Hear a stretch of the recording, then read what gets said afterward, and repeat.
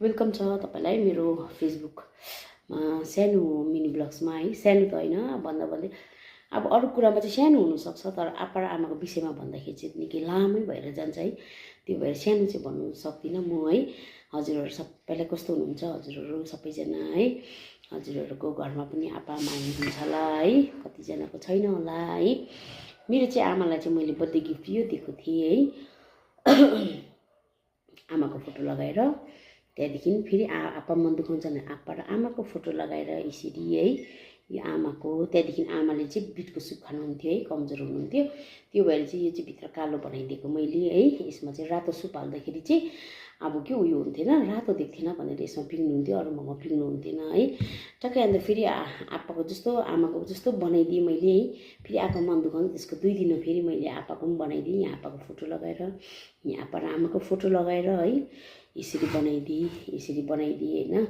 के गर्नु अब मान्छे त सबैजना अझम बढी त बस्दैन रहेछ है। त्यो भएर चाहिँ मेरो आमा चाहिँ हुनुहुँदैन, बित्नु भयो है। अब 2 वर्ष पुग्न आँट्यो, मे 15 तारिक 2 वर्ष पुग्छ है। अन्त तर पनि मेरो आमाको चिनो छ है। यसो आउँछु हेर्छु, यो मगमा बिटको सुप खाएकोहरू म सम्झिन्छु है। योहरू हेऱ्यो रिमेम्बर, लुगाहरू आएर हेर्छु है, फोटो हेर्छु, लुगा हेर्छु। त्यहाँदेखि आमाको फेभरेट मग चाहिँ यो हो है।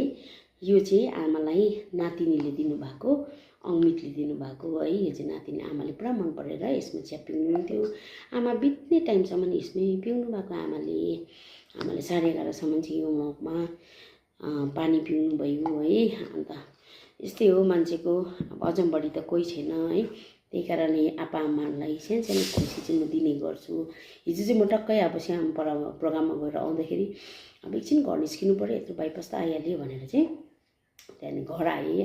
आउँदाखेरि चाहिँ आप्पाले अरे यो पो आइस त भने त हो। त्यहाँदेखि आएर चाहिँ टक्क बसेर चिया खाएर घर फर्किनु पऱ्यो भनेको थियो। आप्पाले बसिहाल्नु अन्त अरे ठिकै हो है। हामीले त हाम्रो फ्यामिलीलाई कति टाइम दिइरहेको छ, बाउ र आमालाई हामीले टाइम दिनु सक्दैन है। आफू पनि त्यस्तै हो, अब बिजी हुन्छ है। त्यो भएर अब आउँदाखेरि आप्पाले बस्नु भने कि मैले नाइ भन्नु सकेन है, म बसेँ। अनि त्यहाँदेखि बस्दाखेरि चाहिँ आज अब म फर्किँदैछु, मेरो आप्पाले बिस्तारै जानु ल कि बसिहाल्नु भनेको थिएँ। अब बस्नु त सक्दिनँ है, मेरो त काँडोबाटै काम छ, म आइहाल्छु। तर म चाहिँ हप्तामा 2 खेप चाहिँ मेरो पहिला आमा हुँदाखेरि पनि आमा बाउलाई टाइम दिनु चाहिँ म चाहिँ हप्तामा 2 खेप चाहिँ आइपुग्छु है। त्यही कारणले हजुरहरूले पनि आप्पा आमा हुनुहुन्छ भने यसरी खुसी दिनु, कति पनि पर्दैन है। उनीहरूलाई खुसी हुन्छ, सानो कुरा दिँदाखेरि धेरै खुसी हुन्छ है। हजुरहरू पनि सबैले आफू नगरिकन है, म नरिसाइ